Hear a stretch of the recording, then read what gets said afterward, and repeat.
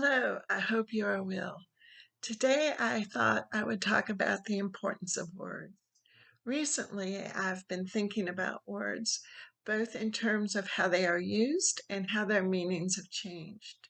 Slang and cliches come and go, and those of us who may be a bit older can recall many times when a word was used in a different way from its original meaning, and it was purposeful. Bad is good. Sick is good. And whatever did 23 skidoo mean back in the day? But then those words and sayings fade from memory, and we are on to new cliches and sayings.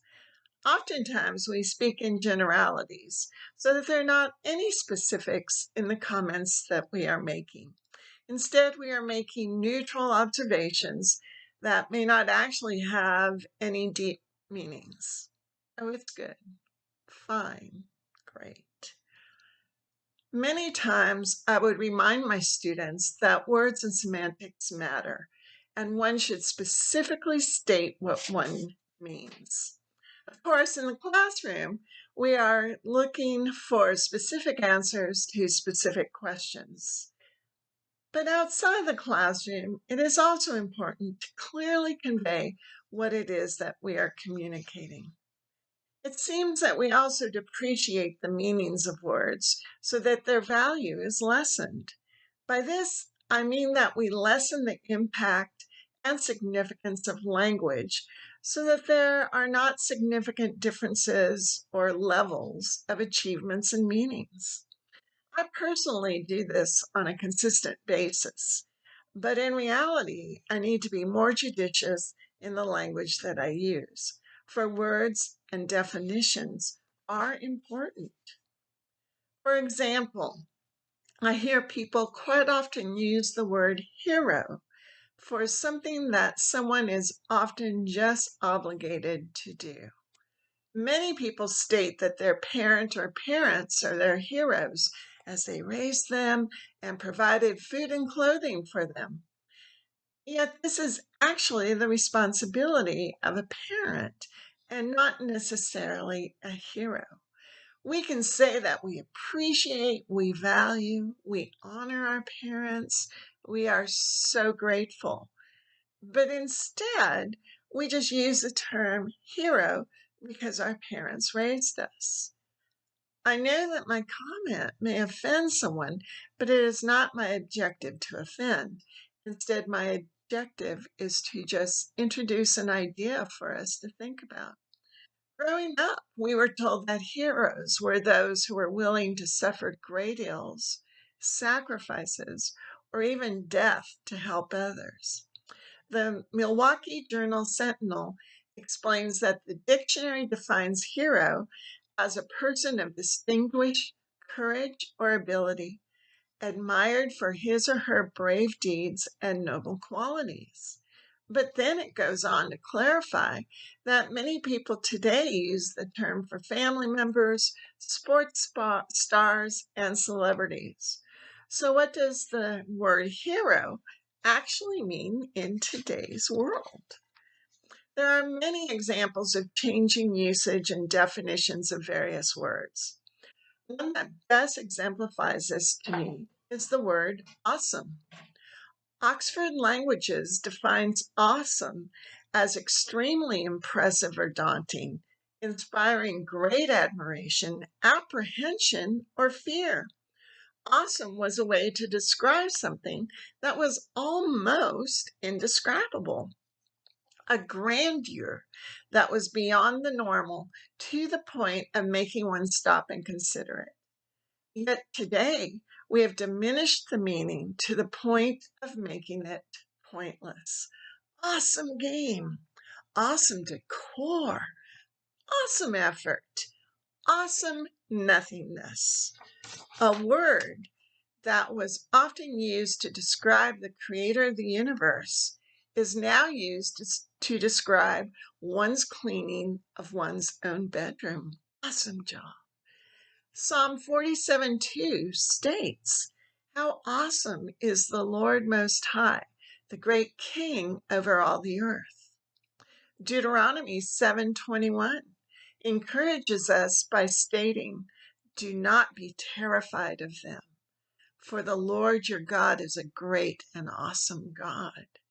And later in Deuteronomy 10:17-18, we are told, "For the Lord your God is God of gods and Lord of lords, the great God, mighty and awesome, who shows no partiality and accepts no bribes.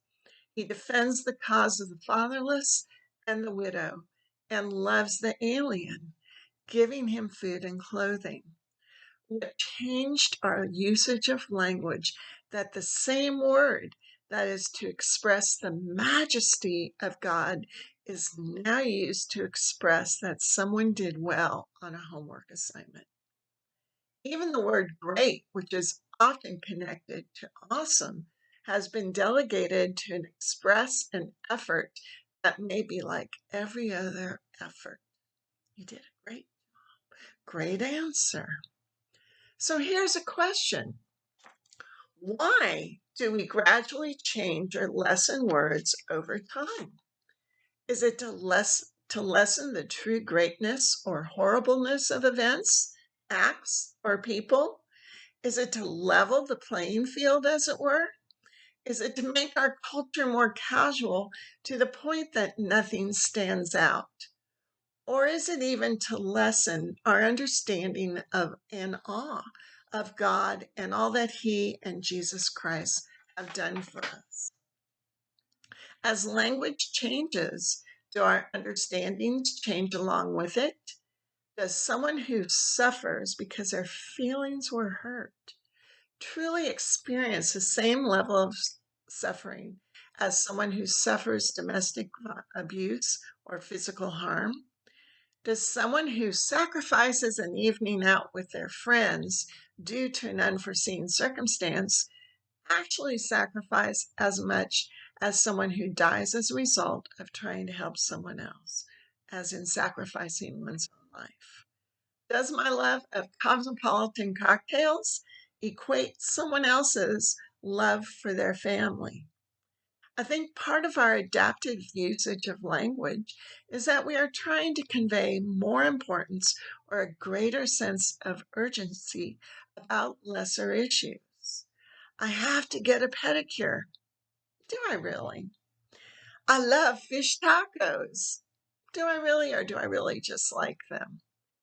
I have no answers for how and why language changes, and I certainly have used changing words and expressions. However, I do think it is important to at least consider what the potential impacts may be of changing understandings and meanings. Does it change how we view each other? Does lesser language or a lesser meaning of language lessen our understanding of the truly great and awesome things that God has done for us, that others have done for us? Does it change our understanding of the spiritual world versus the material world? Now, in these videos, I never intend to offend. I only intend to have us think about issues and ideas, and to perhaps expand our own perception and understanding of them. I hope we all will just take a moment and reconsider what we mean by the language we use and what we understand by the language we hear.